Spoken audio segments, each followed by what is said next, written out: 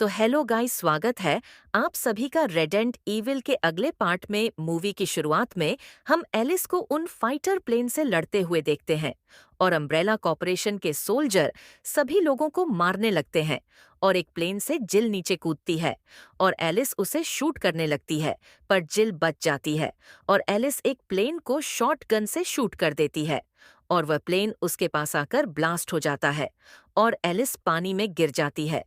Alice की आंखें खुलती हैं और वह अपने आप को कार्लोस के साथ देखती है और उनकी एक बेटी होती है जिसका नाम बैकी होता है। और कार्लोस ऑफिस जाने के लिए तैयार होता है और एक जॉम्बी उसके हाथ पर काट लेता है और एलिस बैकी को लेकर एक रूम में चली जाती है और बहुत सारे जॉम्बीज उन पर हमला कर देते हैं और वह घर के बाहर आ जाती है और सिटी के सारे लोग जॉम्बी से बचकर भाग रहे होते हैं और रेन वहां पर आ जाती है और एलिस उसके साथ कार में बैठकर जाने लगती है।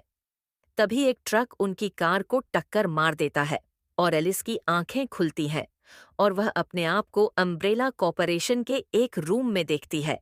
और जिल उससे सवाल पूछती है और उसे टॉर्चर करती है और कोई उस सिक्योरिटी सिस्टम को हैक करके उसके सिक्योरिटी को ऑफ कर देता है और एलिस वहां से बचकर उस रूम से बाहर आ जाती है और वह बाहर आकर देखती है टोक्यो सिटी और उनके लोगों को और कैसे वो टी वायरस वहां पर फैला होता है और सब जॉम्बीज उस पर अटैक कर देते हैं और एलिस उन सबको एक एक करके मारने लगती है और उनसे बचते बचाते वो एक दूसरे रूम में आ जाती है और वहां उसे एडा गन पॉइंट कर देती है और एलिस उससे वेपन छीनकर उसके गले पर चाकू रख देती है और एडा उसे कहती है कि वो अम्ब्रेला के लिए काम नहीं करती और वेस्कर एलिस से कहता है कि वो लोग अभी रशिया सोवियत की हाई टेक सिक्योरिटी में होते हैं, जो कि एक बर्फ के ग्लेशियर के नीचे होती है। और जो एलिस ने टोक्यो देखा था वो सब बस एक वर्चुअल टेस्ट एनवायरनमेंट था जो अम्ब्रेला कॉर्पोरेशन द्वारा बनाया गया था। ऐसे और दो टेस्ट एनवायरनमेंट को पारक करते हुए वो लोग एक लिफ्ट तक पहुंचेंगे और वो लिफ्ट उन्हें बाहर निकालने में मदद करेगी। और वेस्कर ने 4 लोगों की रेस्क्यू टीम भी भेजी होती है जो एडा और एलिस की मदद करेंगे। वहां से बाहर निकलने में उन लोगों के पास सिर्फ 2 घंटे का समय था, एलिस और एडा को बाहर निकालने के लिए।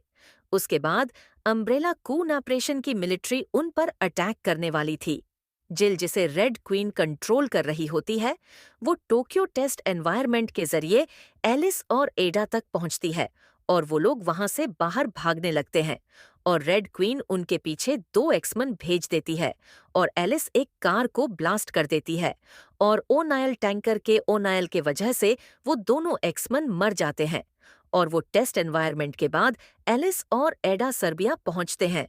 उसके घर और वहां एलिस को उसकी बेटी बैकी मिलती है और बाहर निकलते ही रैन, कार्लोस और जिल उन्हें सरेंडर करने को बोलते हैं,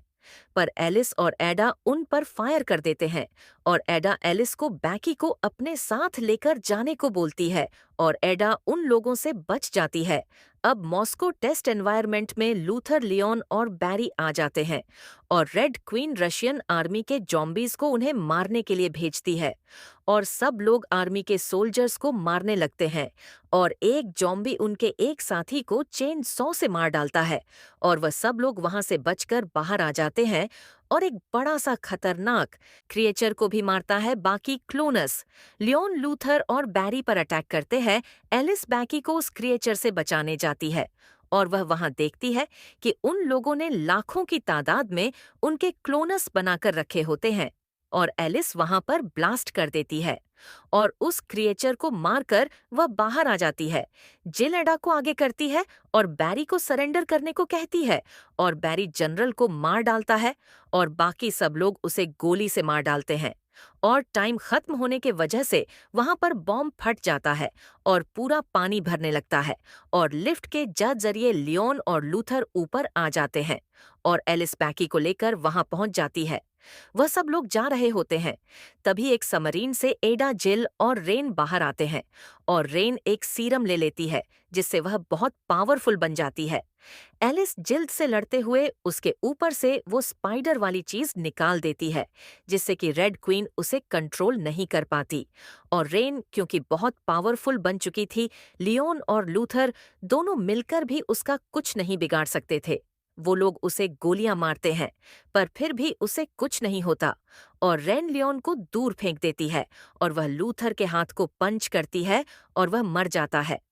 एलिस रेन से लड़ती है पर वह फिर भी उसे रोक नहीं पाती और जिल उसको गन दे देती है और नीचे के बर्फ को तोड़कर वो रेन को नीचे गिरा देती है और सारे जॉम्बीज उसे पानी में खींच कर मार डालते हैं। अब एक हेलीकॉप्टर में वह सभी लोग एक जगह पर पहुंच जाते हैं और उन्हें वेस्कर मिलता है और वेस्कर एलिस को टी वायरस इंजेक्ट कर देता है और वह उन सब लोगों से कहता है कि यह पूरे वर्ल्ड की आखिरी ह्यूमन स्टैंड है और वह सब लोग मिलकर ही इसे बचा सकते हैं। और हम देखते हैं कि पूरे जॉम्बीज की फौज, उनके सारे क्रिएचर्स उन सभी के सामने होते हैं और यहीं पर यह मूवी एंड हो जाती है।